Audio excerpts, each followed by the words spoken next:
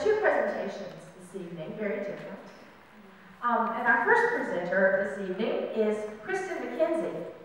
And you may have heard of Kristin on the CBC News recently, talking about her research into a very interesting phenomenon, hipsters. Hipsters.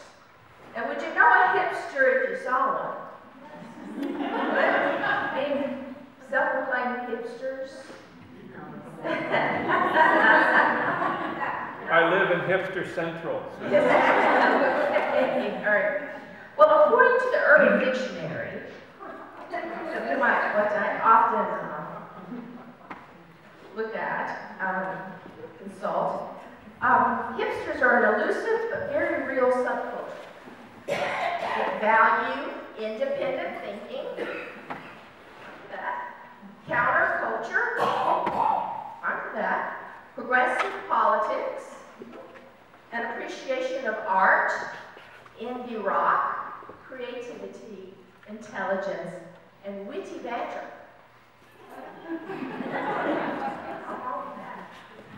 Kristin MacKenzie is an Anglican postulant in the Diocese of Nova Scotia and Prince Edward Island. She did her undergraduate degree at Mount St. Vincent University in religious and cultural studies with special interest in contemporary and pop culture. For her final year of study at AST, she's been placed at the Chaplain King's College. So I invite you to go ahead and enter into your hipster state of mind for coffee, cardigans, and common prayer. A study of #Holy Hipsters.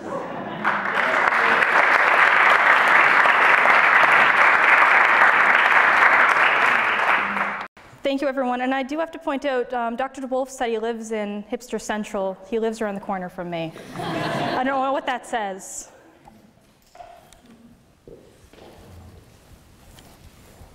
This is fun. In a 1963 interview, Anglican theologian and author C.S. Lewis said, Jesus Christ did not say, "Go into the world and tell the world that it is quite right." The gospel is something completely different. In fact, it is directly opposed to the world.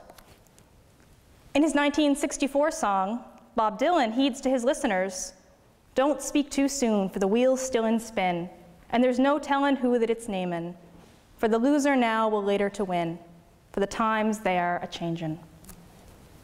What both men strive to communicate in their message is the radical call to be countercultural, to push back against those forces which dictate the status quo, the lure of complacency, and becoming enchanted by the temptations and offers by the ways of this world.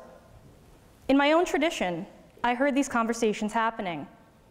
The mashup of those that love liturgy and drinking out of mason jars, the prayer book and smoking pipes, bow ties, suspenders, and incense. Young people that read C.S. Lewis and listen to Bob Dylan. So I set out to interview this cohort, this generation called the hipster by secular society. But I suspected there was more to this group: the holy hipster, the Christian hipster, the Anglican hipster. My intent was to talk to my participants about how faith shapes their lives. Why would it matter to be a Christian? And how is Anglicanism taking form in my generation? I wanted to branch the church and the world, or at least find out how my generation, one that is defined by image, consumerism, and #the internet, could have a use for something as traditional as the church. In this research, I explored through my participants the spectrum of the Anglican tradition. I asked the question, how do young Anglicans experience and express their faith while living in a world dominated by secular culture? The invitation for my study was sent out via Twitter, Instagram, Facebook, and Tumblr. The response for participants was overwhelming. From this pool of interested hipsters, I interviewed 9 people, 5 men and 4 women. These participants came from all over Canada and as well from the Episcopal Church in the United States. Their ages ranged from 20 to 33. 4 of them cradle Anglicans. 5 became Anglicans as adults. They are all actively engaged and involved in their faith communities. They are articulate about their Christian identity, and they reluctantly acknowledge the hipster nature they may possess. Participants either chose or were given a name for the purpose of this study. Let me introduce you to Theophilus, Dwayne, Francis, Aidan, St. Bede, Peggy, Anastasia, the Vicar of Dibley, and Nora. They have all held various roles in their churches, in addition to 2 priests and 4 in active discernment of holy orders. My participants have been called a warden, a verger, a sacristan, a preacher, a member of the altar guild, the servers guild, a theological student, a postulant, a youth leader, mission and outreach coordinator, social media expert, and some other titles I'm sure I've forgotten. They all responded to my invitation for the same reason that they do these roles. They have a passionate and burning love for the church, and they see their faith as shaping them in a way the secular world does not offer.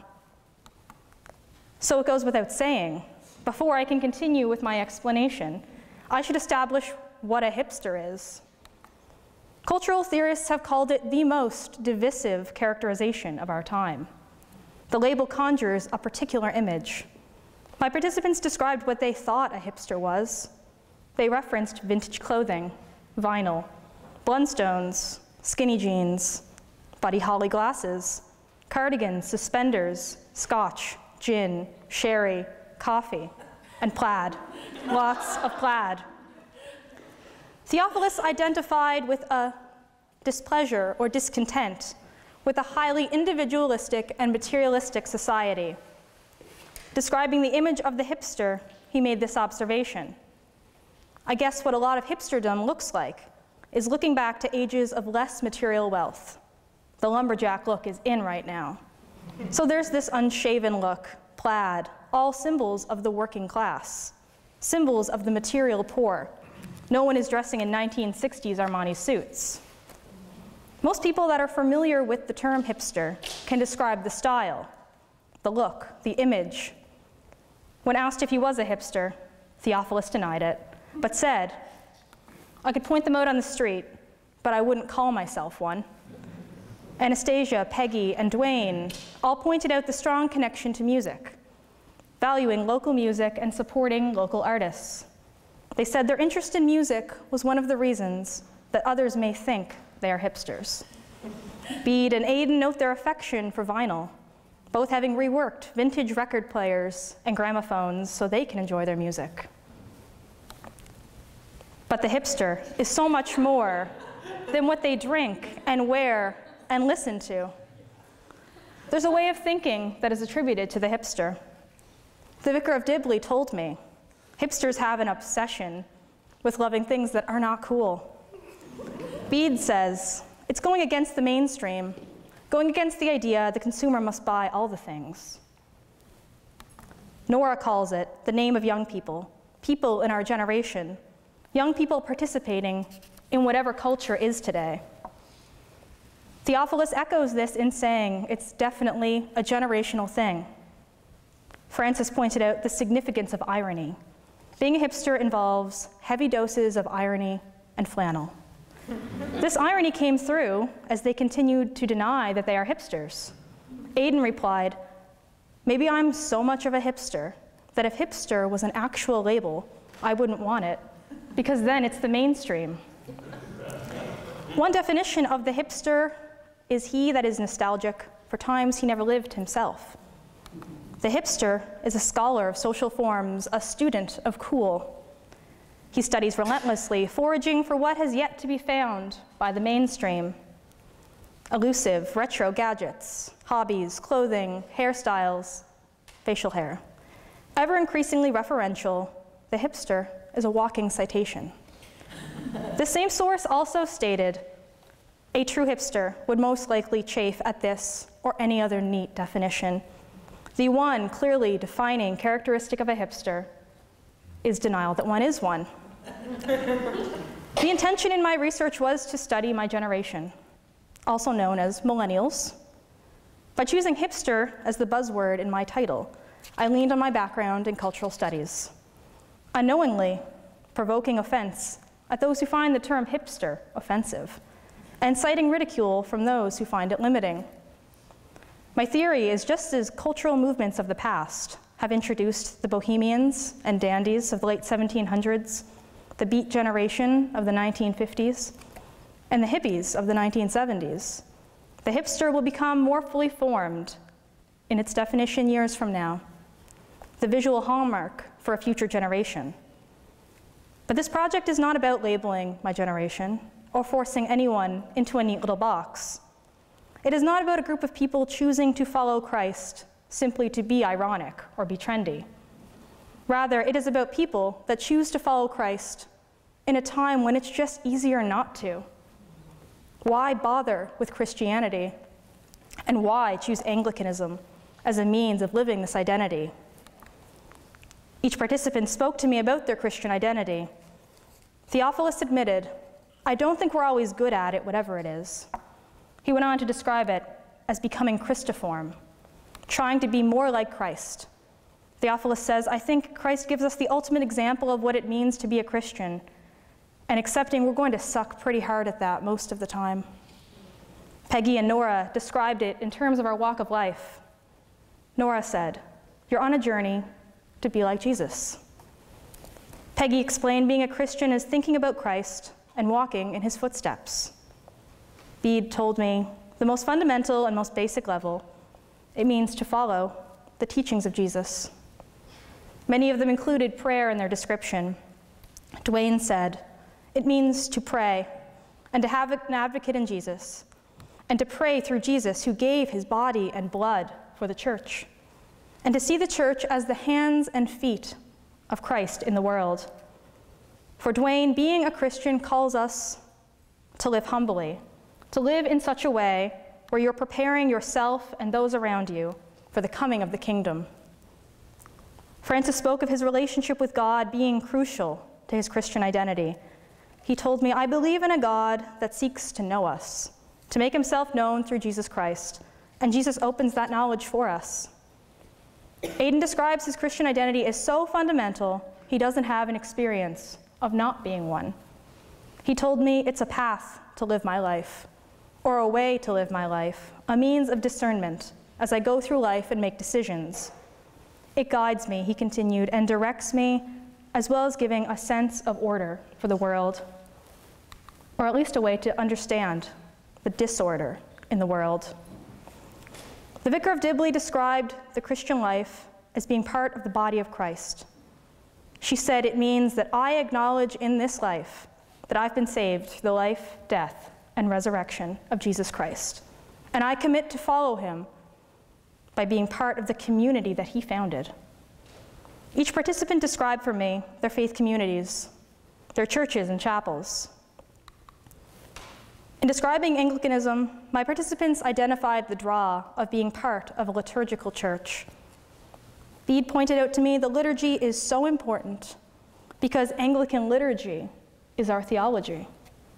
To change the words of the liturgy fundamentally changes everything. We are the liturgical church. Dwayne identified strongly with the offices of prayer, the cycle which is laid out for us. He describes the Anglican Church as apostolic, sacramental, liturgical, and biblical, as in we read the Bible a lot. Peggy noted that continual prayer is very important. Our experience of coming to church should be an expression of private prayer happening for us all the time. The sacrament of Holy Communion was very important. The participants that came from traditions that did not receive the Eucharist weekly said they appreciated this in Anglicanism. Francis told me, "We believe in a God ripped through time and space and meets us where we are in the sacrament." Anastasia said, "With Anglicanism, every week you know God is in the communion and in the prayers." This gives her the faith to see God in all aspects of her life. Receiving the sacrament on a weekly or even daily basis is grounding and meaningful for all that I spoke with. Francis appreciated what he described as a reverence for the holy. He told me the tradition that he had grown up in lacked this reverence. He felt at home in the Anglican Church because of the incarnational aspect, the sacramental aspect. Bede and the Vicar of Dibley both discovered Anglicanism through liturgy. They walked into services and became transformed. The vicar had grown tired of the church she grew up in. She saw her former tradition working hard to be relevant and appeal to younger people in a way that just turned her off. I just hated it, she told me. I felt strongly I was a Christian, but I just hated what I thought my options were. While studying abroad in England, she attended choral evensong. Her reaction to this Anglican service: "This is me. This is how I want to be a part of the church." St. Bede entered an Anglican church out of curiosity. After being welcomed by a friendly stranger that offered him her seat, she guided him through the service, and he said he got so swept up in the music, the liturgy, and the whole experience of worship in that place. Francis and the Vicar of Dibley described a sense of being part of something big. The vicar emphasized the importance of our churches maintaining our historic connection to one another throughout our entire Anglican communion. Francis said, "It's not just a global church, it's a church of 170 million people that goes back hundreds of years." Nora was very direct. "It's an identity thing, full stop." Aidan was also very to the point. He said, "It's just so deep within my soul." He appreciates the holy mysteries which are a part of the tradition. Bede explained to me the comfort and rootedness that comes from the familiar words of our liturgy. Theophilus placed the role of the prayer book in his way of being Christian. He told me, "Look at the Book of Common Prayer. It's not a service book, it's a life book. You could carry it anywhere. It's a guide to your whole life in some way. You take it to church, you take it to work, you take it home. There's a prayer for everything. And if you need to say the office, you just say the office. It's a guidebook to spiritual life." Anastasia credits the prayer book with providing this tradition and connection with our roots, but at the same time allows us to be aware of the world. She told me, "I think Anglicanism is the only group that does this well, keeping the tradition, but being able to progress forward." On the topic of the prayer books, most participants reference the traditional and contemporary forms of worship. Peggy notes a lot of traditions don't teach you to think. They don't teach you to question. And I think Anglicanism does a good job of that. And the result is we have different books of prayer, and we can't agree on anything. And that's kind of okay. Living in tension is not unfamiliar to these Anglicans.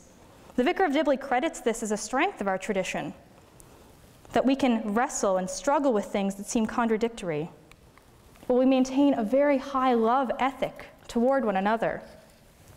The vicar echoes the statement of Peggy that we don't always agree and that we can live with disagreeing. She told me, "You feel fiercely about a justice position or a theology, and you can still love people that disagree with you, so much so that you don't want to break relationship with them. It's not about tempering your commitment to an ideal so much as it is being able to more fiercely be committed to ideals of love." Francis told me, "One of the things I appreciate about Anglicanism is a lot of the times it's free of this perpetual self-awareness that so many churches are caught in, this idea we have to be relevant and hip and popular." He went on to say, "Everyone is tired of over-commercialization, trying to be relevant. They're seeking something that's not afraid to be itself." My friends, the Anglican Church is everything my participants noted and so much more. Before I move on, I'd like to state again Francis's words. The Anglican Church is not afraid to be itself. Perhaps above all, this is what the draw for all of us who call it our home. On the topic of the church and the world, my participants reflected on how the church needs to improve and what it has to offer. both inwardly and outwardly. Peggy named the objectives of the hipster movement, as she's witnessed in her community. She told me, maybe I'm making false claims, but I think things emphasized by hipsters, local environmentalism, local social outreach, advocating for minorities, advocating for people who have been abused. Certainly there's some cynicism, but if those are the principles of hipsterism, I'm going to go ahead and say I'm into it. Let's hipster the church up. What does this hipster church look like? Theophilus told me what people are looking for in the church is a challenge. This comes from truly listening to the gospel and preaching in a way that shakes people up. He compared the kind of dynamic preaching he hears now with his upbringing in another faith tradition. He said, the sermons growing up, it's just love your neighbor, do good, Jesus said this. If that's all there is, I've been doing that already. What does it mean to be a Christian? Am I doing it? Do I want to do it? A lot of people are brought to it by challenge. If you're going to spoon feed people, I don't think they want it. It's condescending. No, damn it, make it challenging. Give the full breadth of the tradition.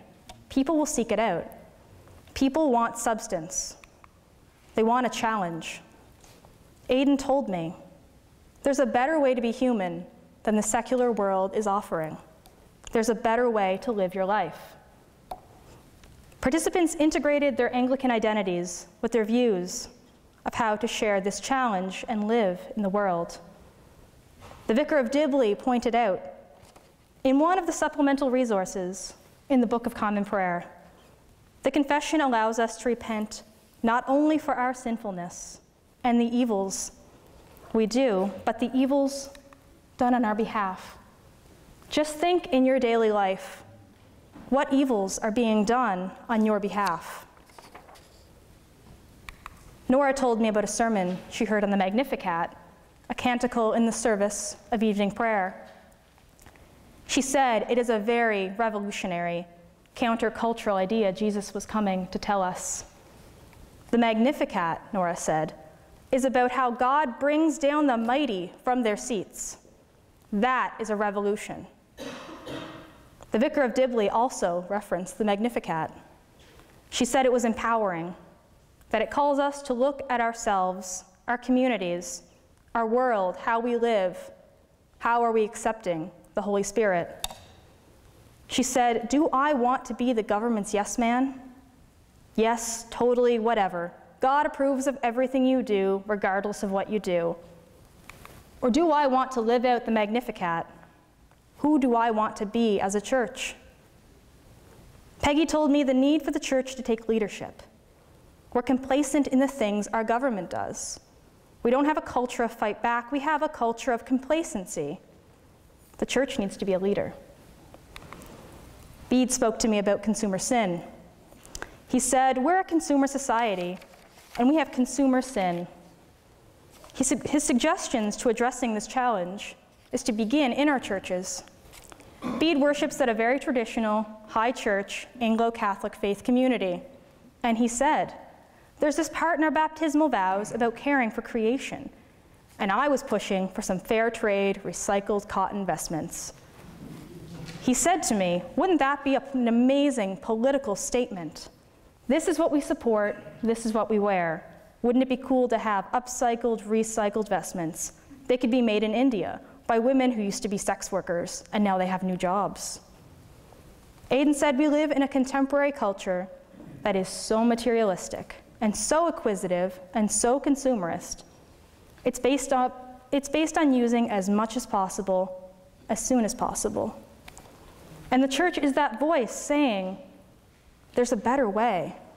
And part of that is treating all humans with dignity and respect. Nora's response to how to be a Christian in the world, we're supposed to be fucking shit up. We're supposed to be messing with the status. We are supposed to be walking in love with everybody. We are supposed to be more like Jesus, to love people, to love selflessly, to love completely. There's this idea in our society, Nora told me, we don't need this message. You can be a good person without any of that. That doesn't make any sense. She said that level of selfless love is not present in secular society. Nora stressed the importance of what our Christian love would look like. People are going to think you're crazy. That's hard. But you're not supposed to be reconciling the world. You're supposed to be outside of it, changing it for the better. She does not think this change needs to be services of the Anglican Church.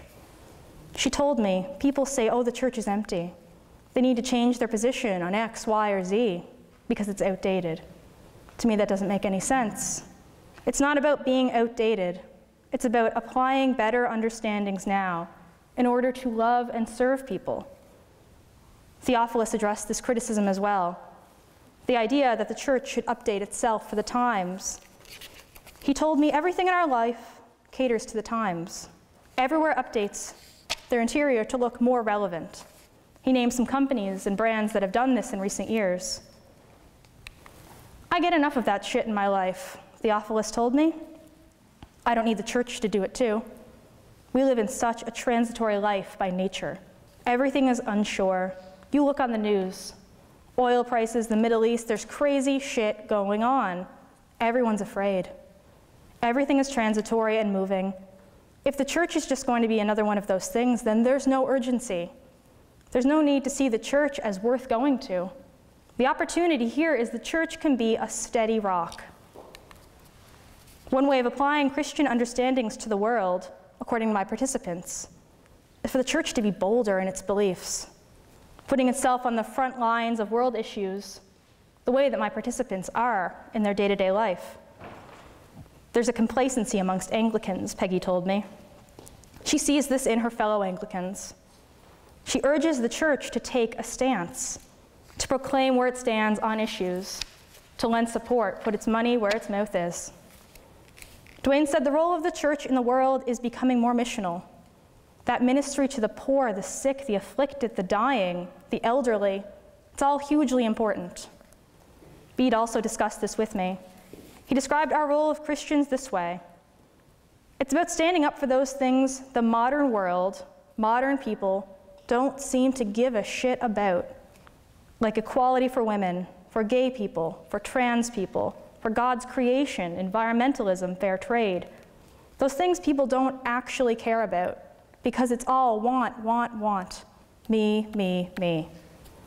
Bede said the church is about being that prophetic voice saying, hang on a minute.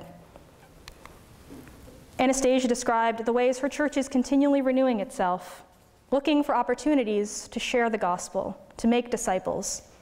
She told me it is important we show the good parts of our churches, especially in light of the negative views of Christianity that we often get in the media from certain louder groups. In order to grow this way, she says we need to look around and ask ourselves, well, why aren't we doing this? Couldn't we make room for that? How can we make things accessible for everyone?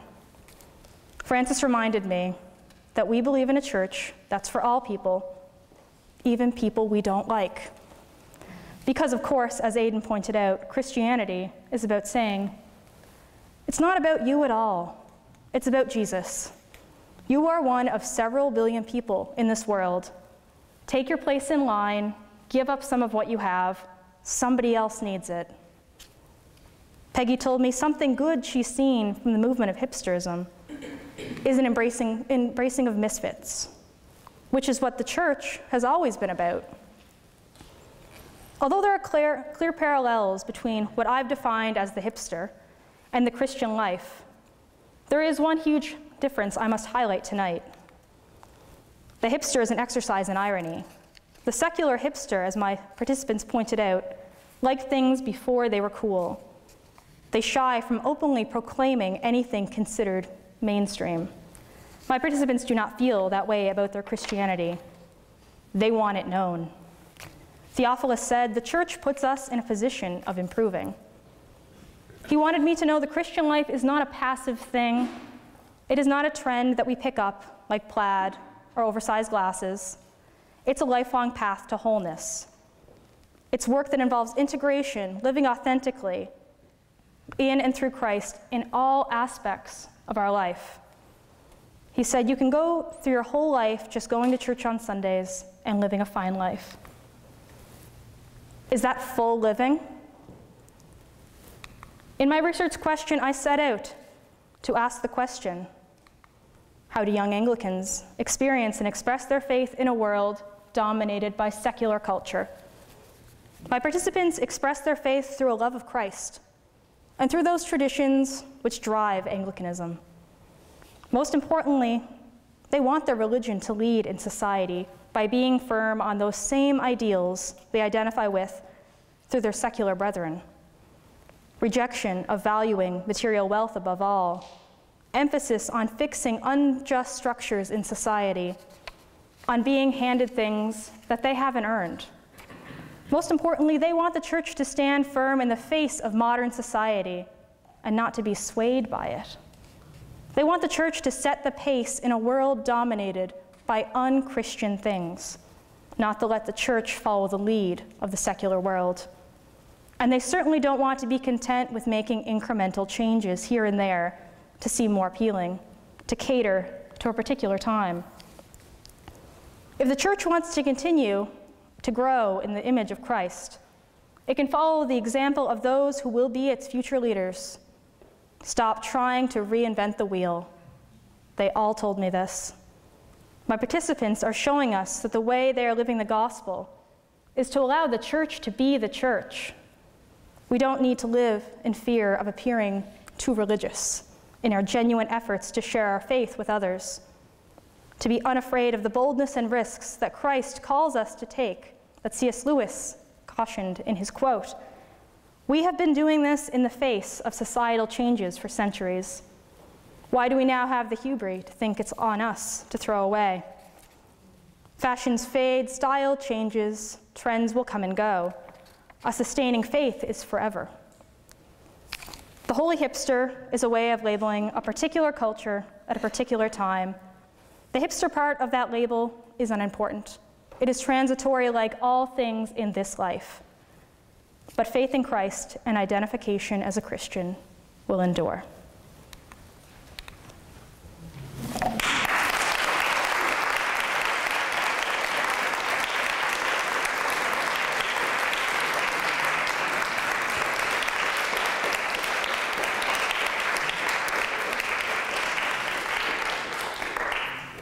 Well, as the nerdiest person in the room, I feel like quite unequipped to lead the question and answer time. But thank you, Kristin. Thank you. For that very rich, lots of things there, theological questions and things for us to ponder, questions and compliments. Start us off.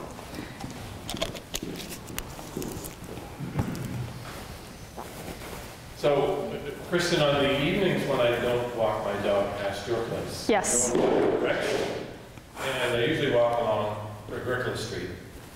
I've seen you on that route too. Yeah. So you go to Lion and Bright for coffee? On occasion, I've been known to frequent the Lion and Bright.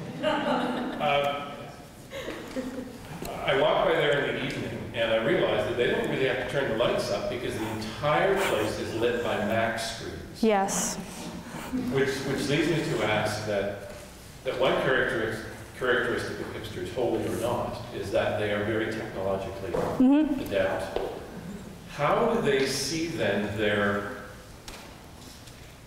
continuing acquisition of the latest technology? Do they see that as an accommodation of materialism, or do they see it in another way? That's a very fair question. I think the thing to be honest and upfront about is that's one of the contradictions, unfortunately. And I think that just strengthens one of the quotes about we say all these things about being Christian, and we're not always good at it.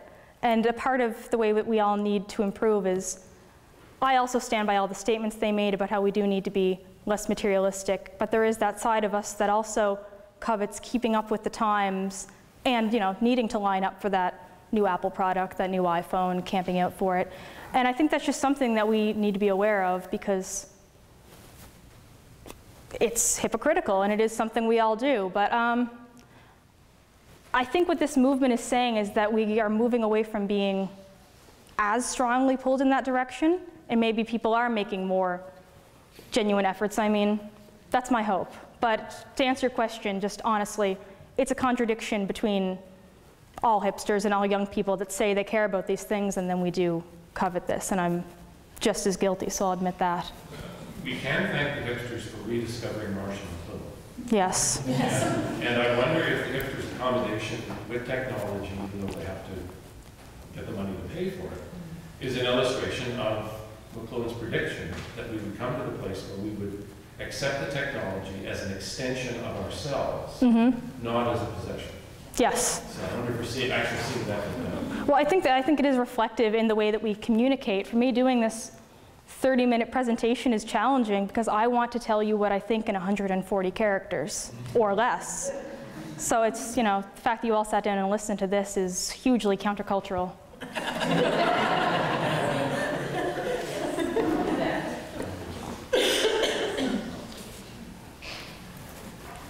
Speaking of contradictions, one that I heard, and I'd like to hear if you heard it as well from your participants, was between desiring very much to be in a church where everyone can kind of hold their own views and hold their own side in an argument, and desperately wanting a church that takes a strong and clear stand on something.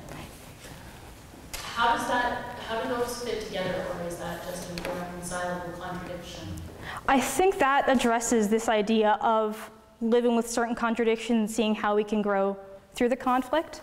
The story that Bede had told me about these vestments, I mean, he had this grand vision of, you know, employing former sex workers and having fair trade ethical vestments. He was shot down when he brought it to parish council. It didn't happen. It's his vision. And I feel as though he's going to keep pushing at it until he's the rector of this church. And then, damn it, he's just going to do it. But there is, you know, he put it out there. This is the first time most of his parish council had heard the words fair trade. First time they had thought buying cheaper things from a factory that we don't know about could be sketchy, could be unethical. So, I mean, the contradictions are there that it's not always happening, but the conversations are happening, that people are pushing against these. And we only grow through conflict. We don't grow through complacency. So it's a long road. There's not going to be an instant fix before my hipsters turn 30, but it's something.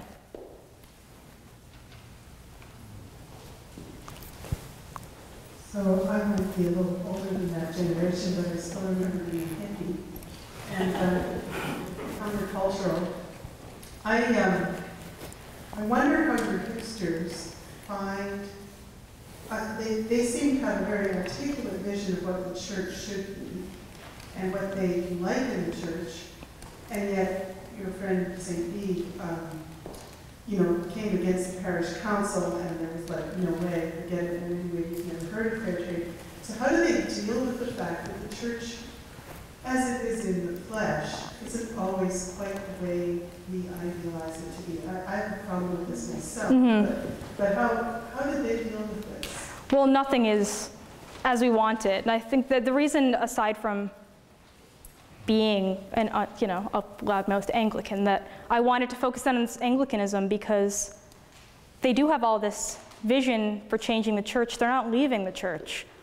At the same time that, you know, Bede has these issues, he also feels as though the Anglican Church is the only place he can have this connection to his roots and this connection with his history and worship in the way he wants, and still have the platform to say, you know, there are some ways we can be moving. There are some ways we can continually be growing while not getting rid of certain things.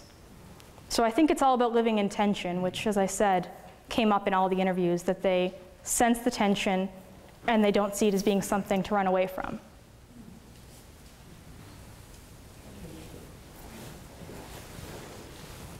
Kristin. Hi, Bree.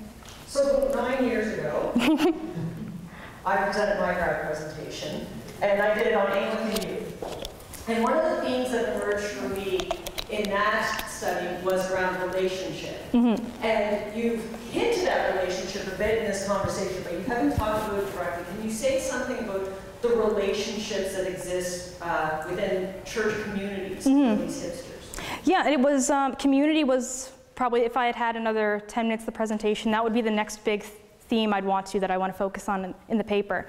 And community was, you know, I highlighted 2 stories, about 2 came through liturgy, but community was closely tied to that. One of the cradle Anglicans, Peggy, was brought up in the Anglican church. She knew it quite well. She moved for university, and when she found her new church, she decided to stay from the way that the congregants brought her under their wing. So it wasn't about being taught the liturgy, it was about being drawn into the community. And they all did talk about having connections when they came. So none of them would have gone into an Anglican church, been treated terribly, and stayed because they loved the prayer book. They all needed something to connect with, and community was very important that way. And do you find that that connection contributes to their faith life, to the expression of their faith, what they're doing? Hugely, I would say, because in their anecdotes, they all referenced, they've had these conversations already. They said, you know, I'm glad you asked me that because I was just saying to so-and-so. So most of the stories they told me came from dialogues with people in their faith community. So they're having these conversations, and they were excited to have an official platform to speak to them. Over on this side of the room, but if I may interject here, Kristin, Sure. You talked about the attraction to the liturgy and the kind of right words of the liturgy, the words of the liturgy, the right words. What are the ecumenical implications of this? What, you know, that this is the manifestation of Christianity that they are attracted to, mostly attracted to. What does that mean for other religious traditions? What would be hipsters' relationship with other religious traditions? Well, I think as cynical as hipsters tend to be, you can't truly appreciate another group or another tradition until you truly know yourself. And maybe for a secular hipster that manifests in the way that they are drawn to other cultures. But I would say for my participants, they have more appreciation for other religions, other faith traditions, because they know themselves quite well, and because they're so at home in Anglicanism, they're comfortable going out into these missional aspects, these other places, and having conversations with their peers that are in other faith traditions or none, because a lot of them all love to quote their token atheist friend and about the rich conversations they have there. And they can only appreciate that because they're so secure in who they are.